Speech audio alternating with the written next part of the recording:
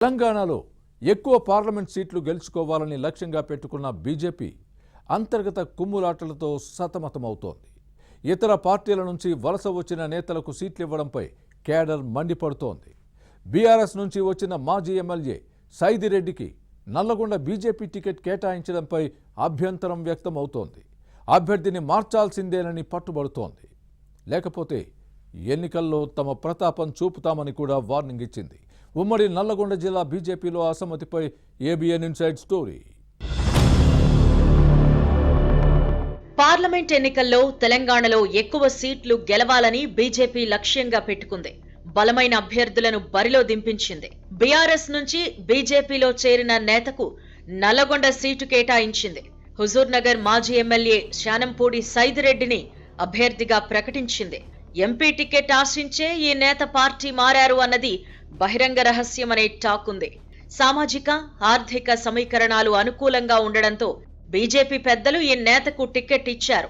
Nagar Kurnool BJP బహిరంగ సభలో ప్రధాని మోదీ నల్లగొండ ఎంపీ అభ్యర్థిగా సైదిరెడ్డిని పరిచయం కూడా చేశారు. అంతా బాగానే ఉందనుకునే సమయంలో సైదిరెడ్డిపై బీజేపీ నాయకులు గుర్రుగా ఉన్నారట. హుజూర్ నగర్ బీఆర్ఎస్ ఎమ్మెల్యేగా ఉన్న సమయంలో గురంబోడు గ్రామంలో పోడు భూములను పరిశీలించేందుకు వెళ్లిన బీజేపీ నాయకులపై రాళ్ల దాడి జరిగింది. బీఆర్ఎస్ నేతలు పెట్టిన కేసుల్లో పార్టీ క్యాడర్ జైలుకెళ్లొచ్చింది. గతంలో ధాన్యం కొనుగోళ్ల అంశంపై అప్పటి బీజేపీ అధ్యక్షుడు బండి సంజయ్ హుజూర్ నగర్ నియోజకవర్గంలో పర్యటించినప్పుడు ఆయన కాన్వాయ్పై దాడి జరిగింది.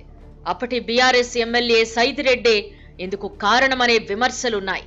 దీనిపై జిల్లా బీజేపీ నేతలు పార్టీ రాష్ట్ర కార్యాలయంలోనే ఆందోళన చేశారు. అప్పటి చేదు అనుభవాలను కమలనాథులు ఇంకా మర్చిపోలేదు. బీజేపీ నేతలపై దాడులు కేసులకు కారణమైన సైదిరెడ్డికి లోక్సభ టికెట్ ఇవ్వడాన్ని పార్టీ శ్రేణులు తప్పుపడుతున్నాయి. ఇటీవల పార్టీ రాష్ట్ర అధ్యక్షుడు కిషన్ రెడ్డిని కలిసి సైదిరెడ్డికి సహకరించబోమని చెప్పారట. అభ్యర్థిని మార్చాలనే డిమాండ్ చేశారనే ప్రచారం జరుగుతోంది. క్యాడర్ అభిప్రాయానికి విలువివ్వకుండా సైదిరెడ్డినే కొనసాగిస్తే ఎన్నికల్లో ప్రచారం చేయబోమని స్పష్టం చేశారని సమాచారం. జరగబోయే నష్టానికి పార్టీ నాయకత్వమే బాధ్యత వహించాల్సి ఉంటుందని వార్నింగ్ ఇచ్చారని తెలిసింది. మరోవైపు సైదిరెడ్డిని బీజేపీలో చేర్చుకోవద్దని ముందుగానే క్యాడర్ పార్టీ నాయకత్వం దృష్టికి తెచ్చింది. కానీ కాషాయ కండువా కప్పి పార్లమెంటు సీట్ ఇవ్వడంతో వారంతా ప్రచారానికి దూరంగా ఉంటున్నారనే టాక్ నడుస్తోంది.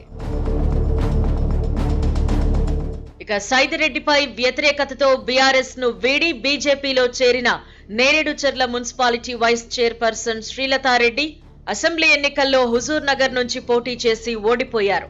బీఆర్ఎస్ నుంచి సైదిరెడ్డి, కాంగ్రెస్ నుంచి ఉత్తమ్ కుమార్ రెడ్డి బరిలో దిగితే ప్రజలు హస్తం పార్టీకే పట్టం గట్టారు.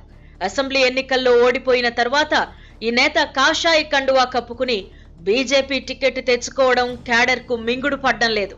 అభ్యర్థిత్వంపై పునరాలోచన చేయాలని పార్టీ పెద్దల దృష్టికి తీసుకువెళ్లారు. కానీ పార్టీ అధినాయకత్వం నుంచి స్పందన లేకపోవడంతో వారంతా సైదిరెడ్డికి సహాయ నిరాకరణ పాటిస్తున్నారనే ప్రచారం జరుగుతోంది. జిల్లా నేతలను సంప్రదించకుండా ఏకపక్షంగా టికెట్ ఇచ్చి పార్టీ నాయకత్వం తప్పు చేసిందని అసంతృప్తి వ్యక్తం చేస్తున్నారు. మరోవైపు పదవుల కోసం ఎన్నికల సమయంలో పార్టీలోకి వచ్చిన వారికి టికెట్ ఎలా ఇచ్చారు అని కమలదళం క్యాడర్ ప్రశ్నిస్తోంది.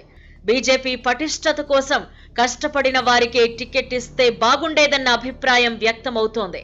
ప్రధానంగా నల్లగొండ పార్లమెంట్ స్థానం పరిధిలోని బీజేపీ సీనియర్ నేతలందరూ సైదిరెడ్డికి సీట్ ఇవ్వడం సరైన నిర్ణయం కాదంటున్నారు. అభ్యర్థిని మార్చాల్సిందేనని పార్టీ అధినాయకత్వానికి ఫిర్యాదు చేస్తూ ఒత్తిడి తెస్తున్నారు. దీంతో బీజేపీలో ముసలం మొదలైందనే టాక్ నడుస్తోంది. ఇక నాయకులంతా తనకు వ్యతిరేకంగా పని చేస్తున్నారని తెలుసుకున్న సైదిరెడ్డి పార్టీ పెద్దలను కలిసే పనిలో పడ్డారట. రాష్ట్ర అధ్యక్షుడు కిషన్ రెడ్డి, మాజీ అధ్యక్షుడు బండి సంజయ్, ఎంపీ లక్ష్మణ్తో ఇప్పటికే సమావేశమై ప్రస్తుత పరిస్థితిని వివరించారట. మొత్తానికి నల్లగొండ బీజేపీ ఎంపీ టికెట్ వ్యవహారం పార్టీ నాయకత్వానికి తలనొప్పిగా మారింది. అసమ్మతి నేతల తీరుతో సైదిరెడ్డి సైతం ఇబ్బంది పడుతున్నారట. ఈ పరిస్థితుల్లో బీజేపీలోకి దూకాలనుకుంటున్న నేతలు పునరాలోచనలో పడ్డారనే ప్రచారం జరుగుతోంది. బీఆర్ఎస్ కు రాజీనామా చేసి కాషాయ కండువా కప్పుకోవాలనుకున్న ఓ మాజీ ఎమ్మెల్సీ సందిగ్ధంలో పడ్డారట.